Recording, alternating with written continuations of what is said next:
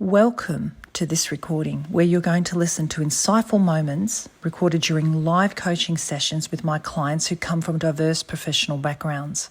And if you like what you hear today, please share it with your friends and colleagues. And remember to hit the subscribe button now and ensure that you never miss any other episode. Thank you.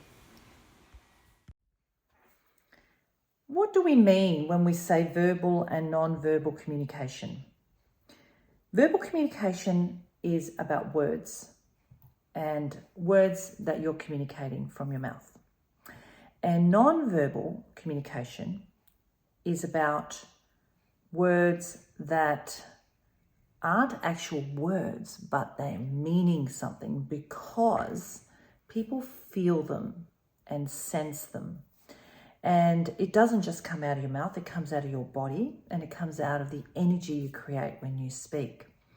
We need to be fully aware of our non-verbal communication, which is fueled by our emotions and our judgments, our valuations. All of that creates non-verbal communication.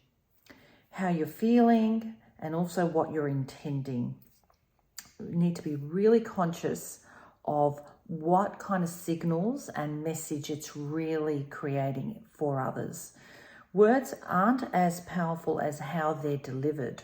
That means how I stress out a word, what I make more important in the sentence can vary from one person to another, depending on what I'm wanting to really make clear. So, non-verbal language can be also tone of your voice. And again, that tone, that is the inflection, the pauses, the pace. If it goes really deep and I use my eyes at the same time, I'll go really high and I use my eyebrows. All of that creates meaning in the words we speak. So to be aware of that is to record yourself, is to really listen to the feedback of others. Doesn't mean you have to agree with all the feedback, but to be aware of it is very important, because when we're aware of the non-verbal aspects of our language, we then have greater control on our communication. Now, a lot of that non-verbal aspect can be unconscious. You're not aware of it. It's just happening. It's the way you speak because it's the way you've always spoken, which is a habit, not necessarily natural. Neither is it necessarily authentic. It's just the way you've practiced. So I would suggest is to record yourself, listen back, ask people for feedback, and listen to the way people respond back to you, whether they're engaging with you or not, whether they're switching off, whether they're rolling their eyes, whether they're falling asleep. Notice the differences with others as they're listening to you, if they're really leaning in or pulling away.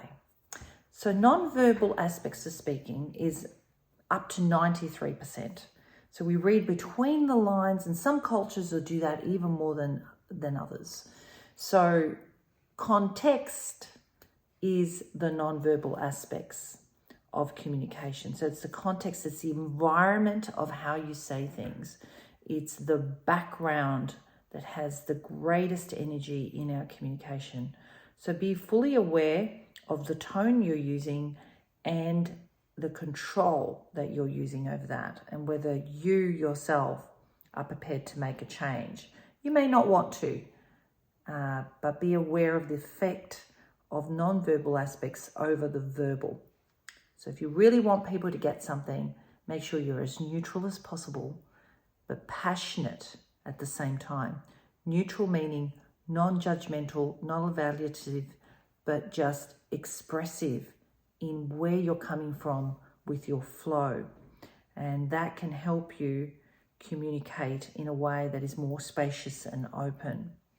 There's more to say on this, but at this stage, this video is really about making sure that your non-verbal aspect is something you're keeping your attention on also.